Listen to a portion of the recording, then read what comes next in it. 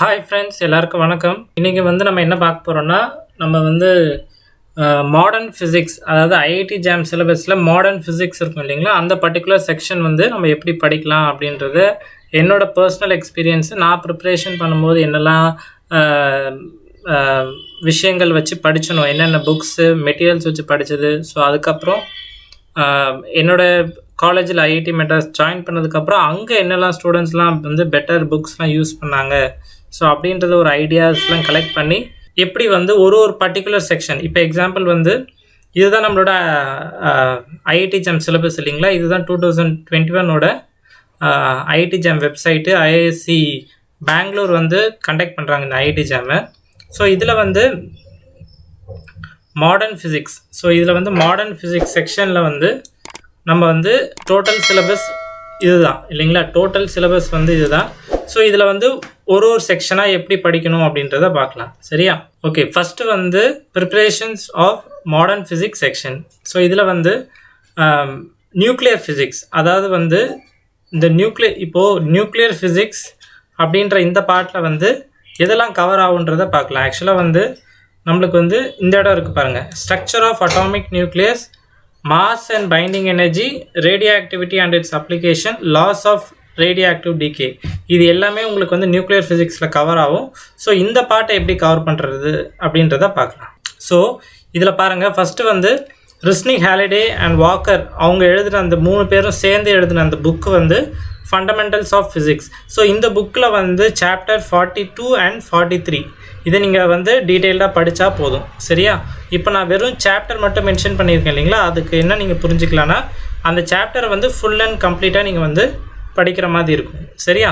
So அந்த 42 chapter nuclear physics and 43 energy from nucleus.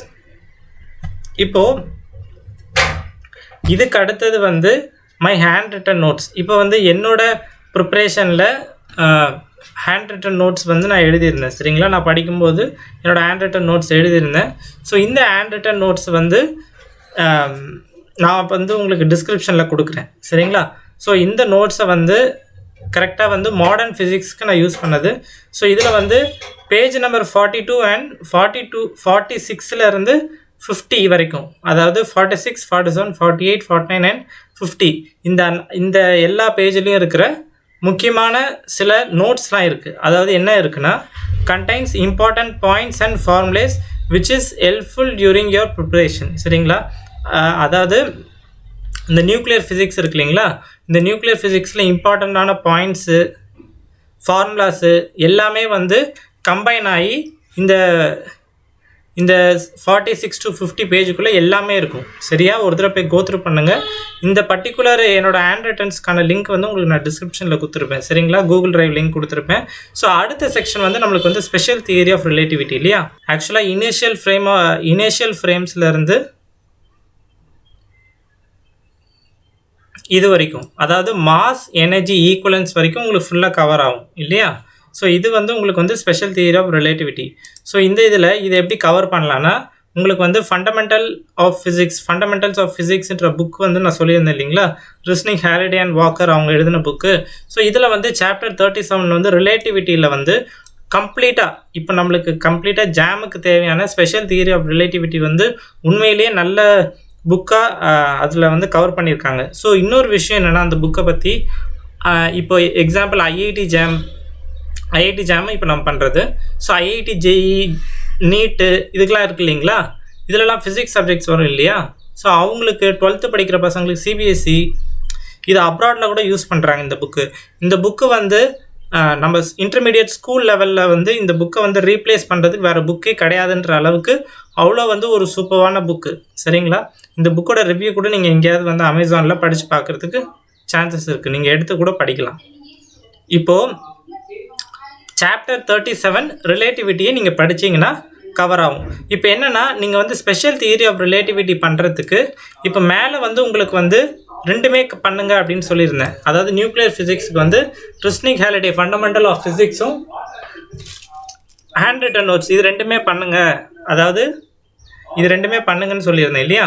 இதில் இப்போ இதில் எப்படின்னா, ஸ்பெஷல் தியரி ஆஃப் ரிலேட்டிவிட்டியில் ஒன்று நீங்கள் ஃபண்டமெண்டல் ஆஃப் ஃபிசிக்ஸ் இந்த ரெண்டு இருக்குது பாருங்கள். ஒன்று வந்து ஃபண்டமெண்டல் ஆஃப் ஃபிசிக்ஸ், இன்னொன்று வந்து அருள்தாஸ். கரெக்டாக அருள்தாஸ் புக் வந்து உங்களுக்கு ஏற்கனவே பெஸ்ட்டு புக்ஸ் ஃபார் ஐஐடி ஜாம்ன்ற ஒரு வீடியோவில் நான் உங்களுக்கு போட்டிருந்தேன். அதுக்கான லிங்க் இப்போ உங்களுக்கு மேலே வந்து கார்ட்ஸில் வரும். சரிங்களா? அதுக்கப்புறம் வந்து அந்த இதில் வந்து அருள்தாஸ் வந்து கிளாசிக்கல் மெக்கானிக்ஸ், அருள்தாஸ் வந்து கிளாசிக்கல் மெக்கானிக்ஸ் புக் எழுதினார். அதில் வந்து சாப்டர் 10ல் 10.1லேருந்து 10.11 வரைக்கும் நீங்கள் கவர் பண்ணால் இந்த ஸ்பெஷல் தியரி ஆஃப் ரிலேட்டிவிட்டியை நீங்கள் கவர் பண்ணிடலாம். சரியா? இது வந்து இந்த ரெண்டு இதில் நீங்கள் ஏதாவது ஒன்று செலக்ட் பண்ணால் போதும். உங்களுக்கு ரெண்டுத்தையும் எடுத்து பாருங்கள், எதில் பெஸ்ட்டாக உங்களுக்கு நல்லா புரிஞ்சிருக்கோ அதை வந்து நீங்கள் யூஸ் பண்ணிக்கலாம். இப்போது குவாண்டம் மெக்கானிக்ஸ் எடுத்துக்கிட்டிங்கன்னா நம்மளுக்கு எதுலேருந்து எது வரைக்கும் கவர் ஆகும்?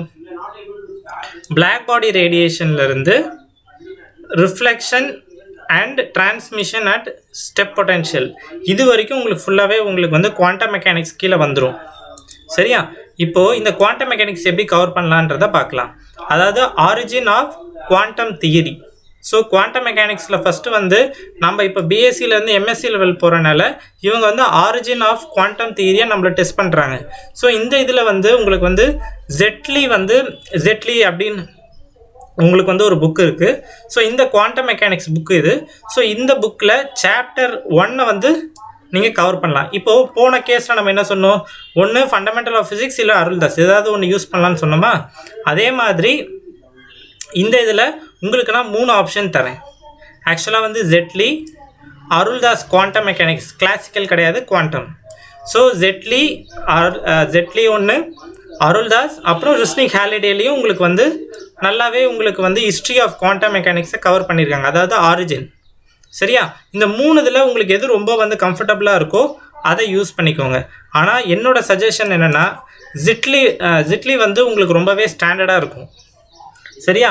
ஸ்டாண்டர்டாக இருக்குன்னா நீங்கள் எம்எஸ்சி லெவல் ஒன்ஸ் நீங்கள் ஐஐடிலாம் போனீங்கன்னா அங்கெல்லாம் ஜெட்லி தான் யூஸ் பண்ணுவாங்க. ஸோ நீங்கள் ஜாம் படிக்கும்போது ஜெட்லியை பழகிக்கிட்டிங்கன்னா உண்மையிலே நல்லாயிருக்கும். ஜெட்லி வந்து ரொம்ப அட்வான்ஸ்டான புக்கெலாம் கிடையாது, உங்களுக்கு வந்து கரெக்ட் லெவல், உங்களுக்கு பிஎஸ்சி லெவல்லே படிக்கிற அளவுக்கு புக்கு தான் ஜெட்லி. சரியா? அதே நேரத்தில் ஃபஸ்ட்டு என்னோடய ப்ரிஃபரன்ஸ் ஜெட்லி, அதுக்கப்புறம் அருள்தாஸும் உங்களுக்கு வந்து குறைஞ்ச புக்கெலாம் கிடையாது. ஸோ அதுவும் உங்களுக்கு நல்ல புக்கு தான். சரியா? இப்போது நீங்கள் ஜெட்லியா அருள்தாஸான்னு கேட்டிங்கன்னா நான் ஜெட்லி சொல்லுவேன். ஸோ அருள்தாஸா Resnick Halliday fundamental of physics chapter 38 படித்தா போதுன்ற இல்லைங்களா ஃபுல் சாப்டரு. இதில் ரெண்டில் எது கேட்டிங்கன்னா நான் அருள்தாஸ் தான் சொல்லுவேன்.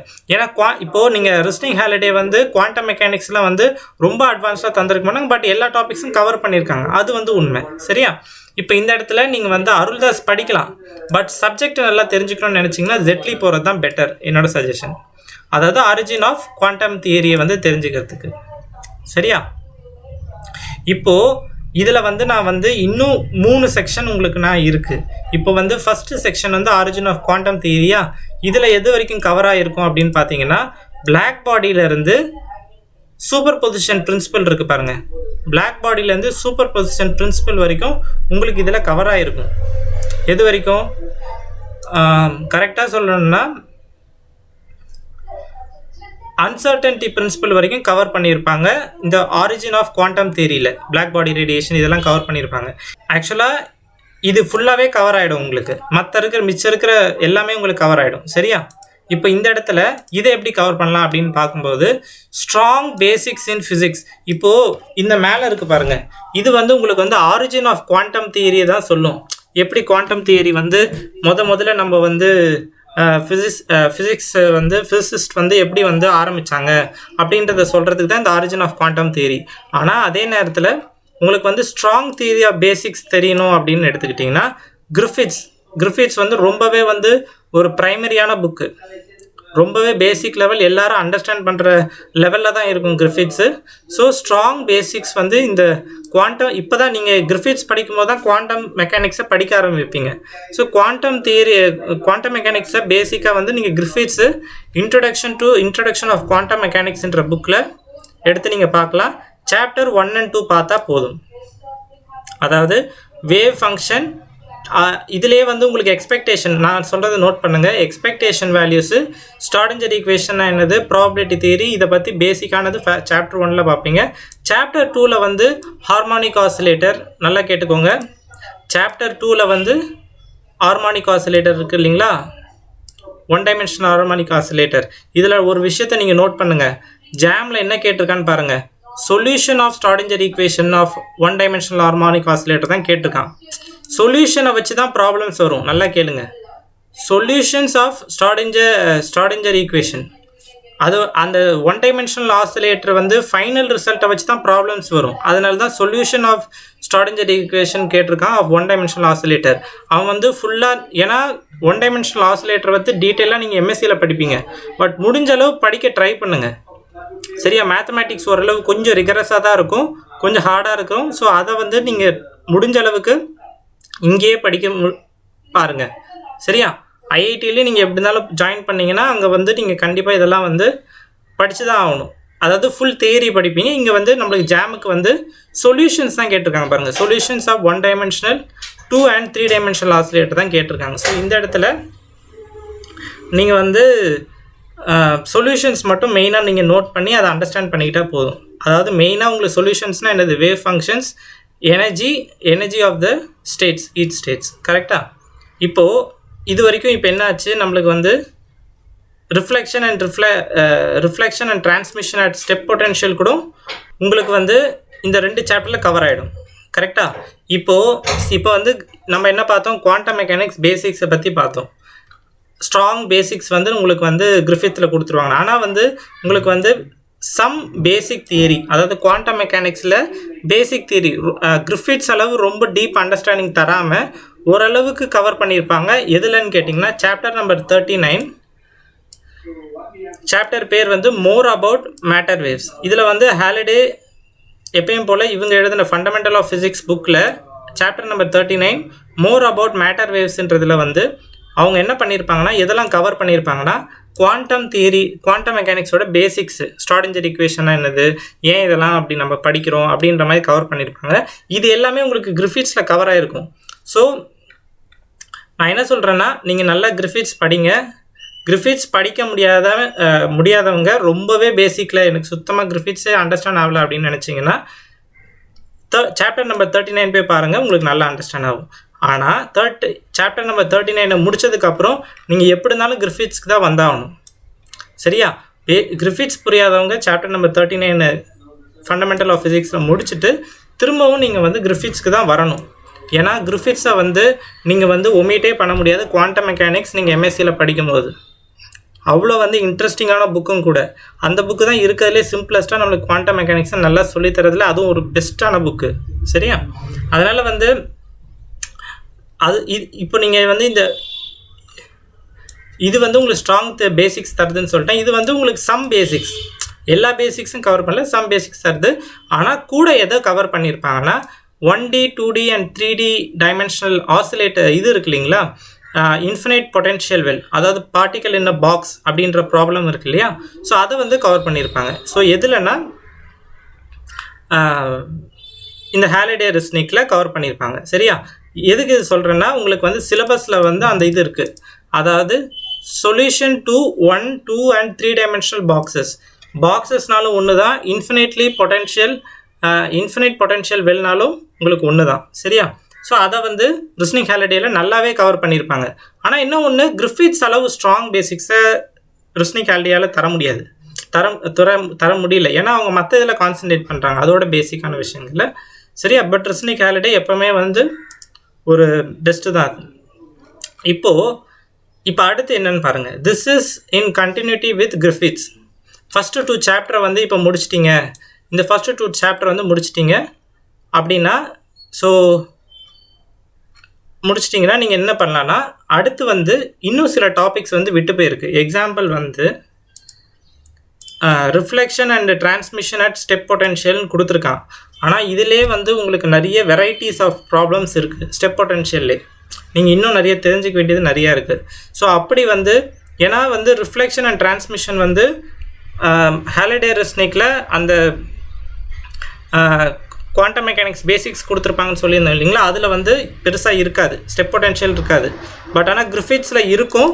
ஆனால் இன்னும் கொஞ்சம் நம்மளுக்கு டீட்டெயில்டாக பார்க்கணும் அப்படின்னு நினச்சிங்கன்னா நீங்கள் வந்து ஜெட்லியில் நான் சொல்கிறத ப்ராப்பராக கவர் பண்ணுங்கள். அதாவது 1 டைமென்ஷனல் ப்ராப்ளம்ஸ் இதை வந்து நீங்கள் வந்து கவர் பண்ணணும் சரியா ஃபுல்லாக. இதுலேயே பாருங்கள் ஹார்மோனிக் ஆசிலேட்டர் வந்தது, இன்ஃபினைட் ஸ்கொயர் வெல் வந்துடுது, sorry finite square well, infinite square well ரெண்டுமே நீங்கள் பார்க்கணும் சரியா. ஸோ அதுக்கப்புறம் வந்து ஒன் டைம் நம்மளோட மெயினாக இதில் கொடுத்தது இதில் நம்மளுக்கு சிலபஸில் கொடுத்த பொட்டென்ஷியல் ஸ்டெப் பொட்டென்ஷியல் கரெக்டாக. ஸோ அது கொடுத்துருக்காங்க. அப்புறம் டனலிங் எஃபெக்ட்லாம் ரொம்ப முக்கியம். அதில் தான் உங்களுக்கு வந்து ரிஃப்ளெக்ஷன் அண்ட் டிரான்ஸ்மிஷன் கோஎஃபிஷியன்ட்ஸ்லாம் வரும் சரியா. இப்போ அடுத்து நீங்கள் என்ன பண்ணணும், சாப்டர் 4 வந்து ஃபுல்லாக பாருங்கன்ட்டு. அப்புறம் சாப்டர் 6 வந்து 6.1 6.2 இது மட்டும் கவர் பண்ண போதும். 6.3 வந்து நீங்கள் எம்எஸ்சியில் கவர் பண்ணிப்பீங்க. ஸோ இப்போ அதை பற்றி கவலைப்பட வேண்டாம். ஸோ இதுக்கு அடுத்து வந்து நீங்கள் எதை கவர் பண்ணணும் அப்படின்னு பார்த்தீங்கன்னா, அதாவது இந்த கீழே எழுதியிருந்தேன் பாருங்கள், ஜெட்லியில் சாப்டர் 4 ஃபுல்லாகவும் சாப்டர் 6 வந்து 6.1 அண்ட் 6.2 வந்து நீங்கள் கவர் பண்ணால் போதும். இதில் வந்து அடுத்து வந்து இப்போது இது ரெண்டுத்தில் நீங்கள் ஏதாவது ஒன்று சூஸ் பண்ணிக்கலாம். இப்போது 3 இருக்குது இல்லைங்களா, 3ல் வந்து ஒன்று ஏ எடுத்துக்கலாம் இல்லை பி எடுத்துக்கலாம். ஏதாவது ஒன்று உங்களுக்கு எது கம்ஃபர்டபுளாக இருக்குன்னு நினைக்கிறீங்களோ நீங்கள் வந்து கவர் பண்ணிக்கலாம் சரியா. ஸோ இதில் வந்து குவாண்டம் மெக்கானிக்ஸில் சாப்டர் 4 இது வந்து எதுலன்னு கேட்டிங்கன்னா அருள்தாஸில் சாப்டர் 4 மட்டும் நீங்கள் கவர் பண்ணால் போதும்.